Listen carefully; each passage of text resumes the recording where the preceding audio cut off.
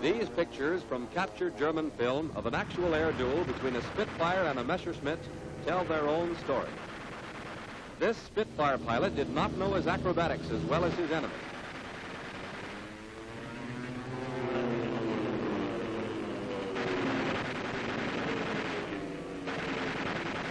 One brave Allied flyer will never have another chance to learn. It's too late to learn when you start playing for keeps.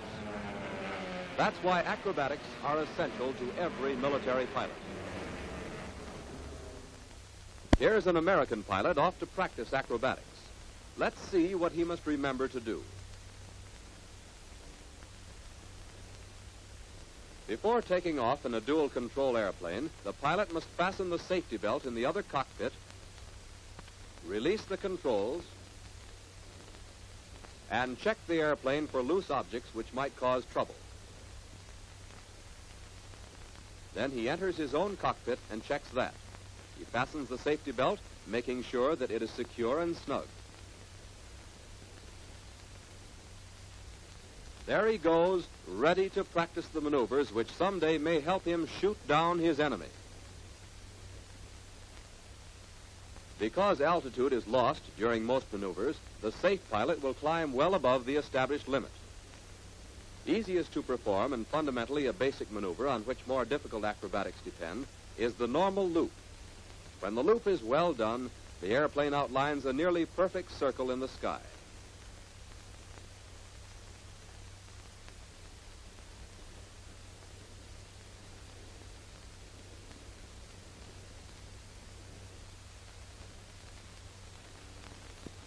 As the pilot noses down to begin his loop, he picks an aiming point, like this road.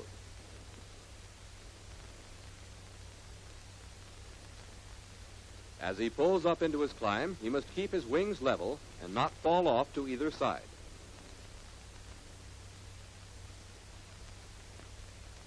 Coming out, he picks up the aiming point again and levels off.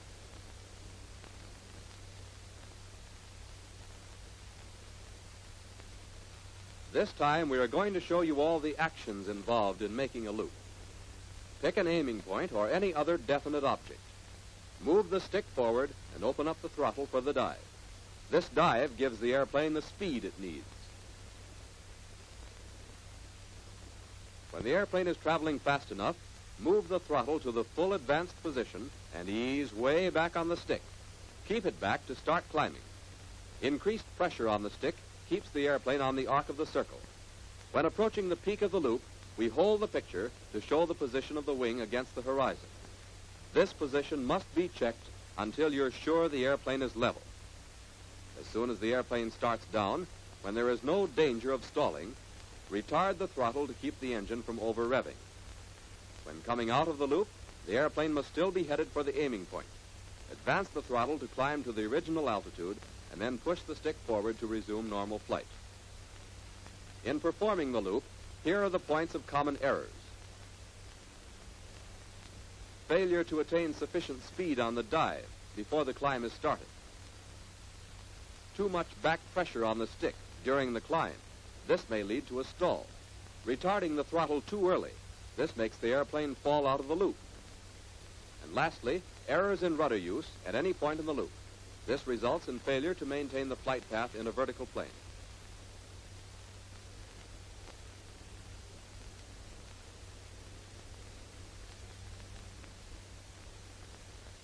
When the stick is in neutral position, the airplane is in level flight and your line of sight is on the horizon. To climb, apply back pressure to the stick, which raises the elevators. In this position, the resultant slipstream pressure is down, which pushes the tail down and lifts the nose up above the horizon. The pilot's line of sight also comes above the horizon, and he knows the airplane is climbing. So, conversely, forward stick lowers the elevators, and the resultant slipstream pressure is up. Now, the pilot's line of sight is below the horizon, and the airplane is diving. A neutral stick will hold the plane at a constant angle of glide, while back pressure will return the airplane to level flight, which can be maintained by returning the stick to neutral and centering the controls. When the airplane is flying straight ahead and the rudder is neutral, the nose remains on one point of the horizon. To change direction to the left, rudder pressure is applied, which will force the tail to the right, yawing the plane to the left. Right rudder pressure, on the other hand, moves the airplane back along the horizon to the right. By neutralizing the rudder, the airplane once again is made to fly straight ahead. In considering the third set of controls, the ailerons, it can be seen that stick pressure to the pilot's left forces the left aileron up, causing a downward force on the plane's left wing. The right aileron goes down, raising the right wing. Thus, the airplane would tend to roll about its longitudinal axis. Contrariwise, stick pressure to the pilot's right forces the left aileron down and the left wing up. Inversely, the right wing goes down. Now, if we were to cause the airplane to roll on its side in a vertical position so that the wings no longer support the airplane, continuing until the airplane is flying on its back, different problems of control effect will arise. The most important thing to remember is that such maneuvers can only be correctly performed by complete coordination of controls. If, for instance, we wish to roll counterclockwise, we apply left pressure to the ailerons and the rudder. This coordination of control causes a motion to the left. As the airplane approaches the vertical position, this continued left rudder would cause the airplane to dive off to the left. To counteract this tendency, right or top rudder must be applied to hold the nose up. This must not be a sudden movement, but a blended change instead. The beginning application of left rudder and ailerons is just what we would have done for a simple turn to the left. Now, to arrest this turning action, we must also apply forward stick pressure for elevator action. As it is now approaching the same relative location the rudder has in normal flight, the elevator deviation will cause the airplane to react as the rudder usually does. Note that the flapping of the elevators in this vertical position is exactly like that of a rudder in normal flight. The continued application of these controls will cause the airplane to rotate further. Let us examine the situation at the moment of inverted flight. Compare the position of the control surfaces to that of the airplane in normal flight. You'll find that the ailerons and rudder are the same as if the plane were right side up. The elevators in this position serve now to keep the airplane from nosing down. But from the pilot's upside-down point of view, he is applying right rudder and forward stick. Let's continue our roll now. As the airplane approaches the vertical position again, once more top rudder must be applied, but now it is left rudder. At 90 degrees, the roll is nearing its completion, and you can see that the pilot uses left stick and rudder as he did at the start. As the airplane again approaches the upright position and normal flight is resumed, the forward stick pressure is released and both ailerons and rudder are neutralized. None of these were sudden control movements. All changes were effected by blending the pressures from one position to another.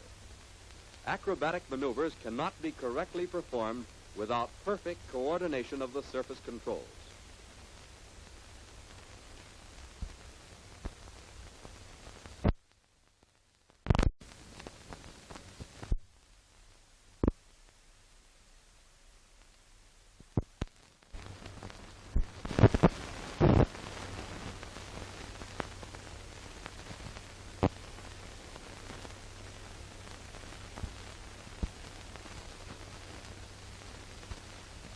Here is the slow roll, well done. Note how the nose comes up slightly, and the airplane rolls over on its back, and then continues around again. It is a true lateral roll dominated by aileron control. Keep the nose up during a slow roll. If the maneuver is properly executed, the nose of the airplane circles on the horizon throughout the roll. Stop the roll when the horizon is level.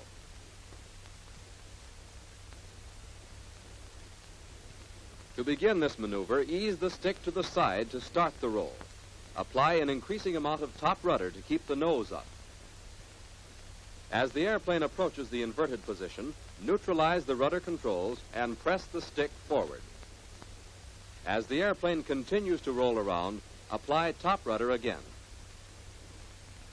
Ease off to neutralize both stick and rudder as normal flight position is approached. This stops the roll and enables you to resume level flight. This ribbon path of flight shows the points of common errors in the slow roll. Most common is an error in orientation. This occurs when the airplane is not rotated about a definite position. Failure to use top rudder in the vertical positions of the roll always causes trouble. Failure to hold the stick well over to the side throughout the roll also spoils this maneuver.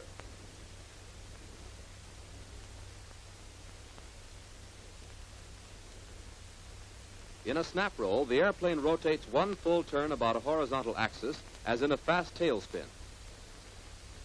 Keep the nose up for the snap roll and bring the airplane out with the horizon level.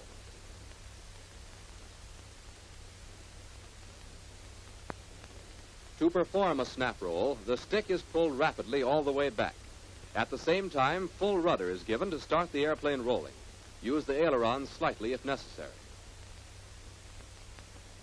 When nearing the level position, opposite controls are used to bring the roll to a stop.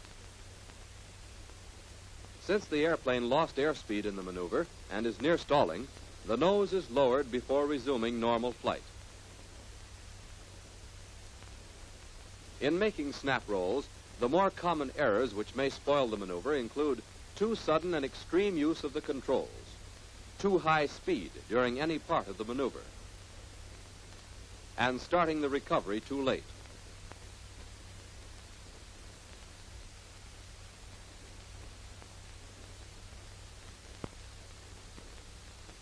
In the half roll and reverse, the nose is pulled up just as in a slow roll. Then the airplane is rolled over into the inverted position, held there momentarily, and then rolled back in the opposite direction.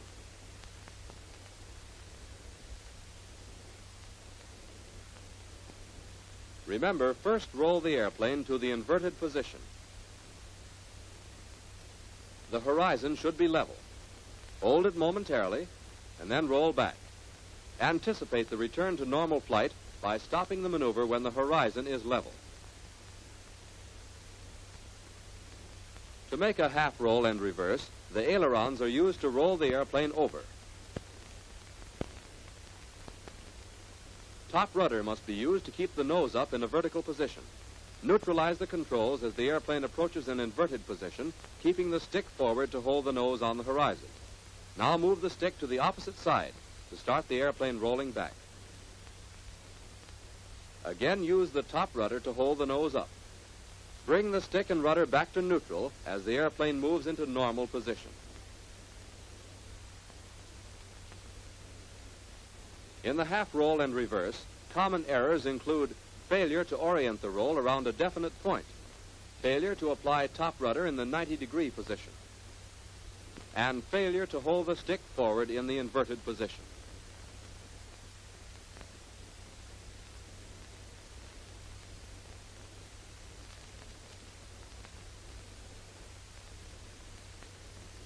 The vertical reverse is a quick change from a steep turn in one direction to a steep turn in the other.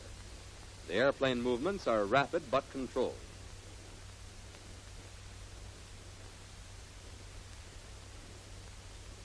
In the vertical reverse, keep the nose of the airplane on the horizon through the initial steep turn.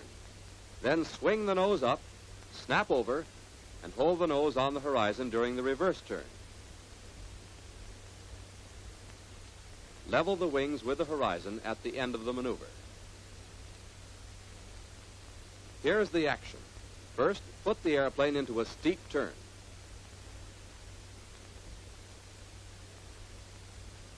Then apply firm opposite rudder and pull the stick back and over in the same direction as the rudder. The airplane noses up and snaps over. Apply top rudder to keep the nose up. Then return the airplane to level flight.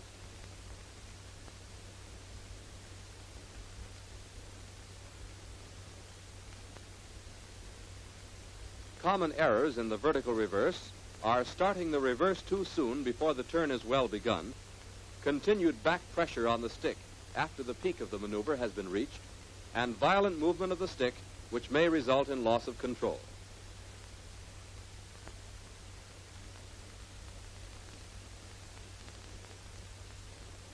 In an Immelmann, the airplane reverses its direction completely. The maneuver begins with a longer dive than that used for a loop. The airplane actually goes through the first half of a loop and the last half of a slow roll.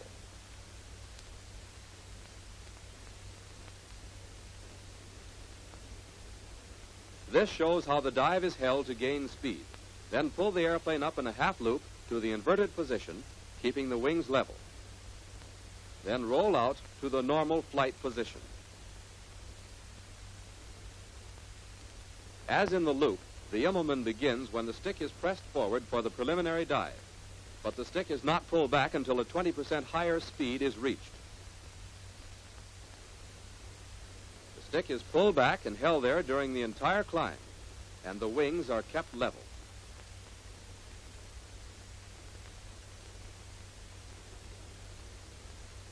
When the inverted position is reached, the stick is pressed forward and to one side to begin the half roll.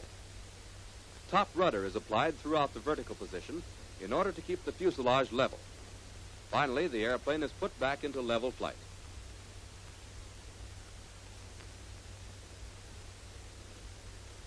The maneuver will not be a successful Immelmann if these common errors are made. Failure to orient the maneuver toward a definite ground objective. Insufficient speed, which may result in complete failure. And failure to maintain horizontal and level flight during the half roll. Thorough familiarity with all acrobatic maneuvers is a necessary preliminary to actual combat experience. The simple loop, basic for timing and coordination in the use of throttle and elevator. The half roll and reverse, necessary in the development of a fine sense of timing.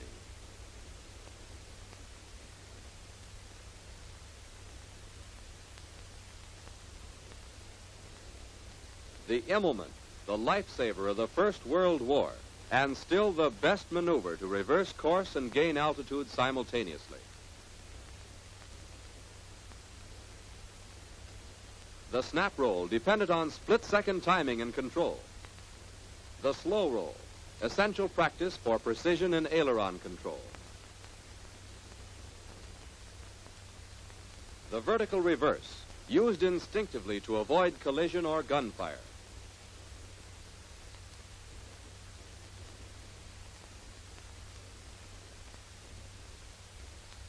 These acrobatics may not be used as complete maneuvers during actual combat, but the precision, timing, and control must be familiar and instinctive reactions when you're up against the enemy. When you practice acrobatics, you are preparing for the real thing.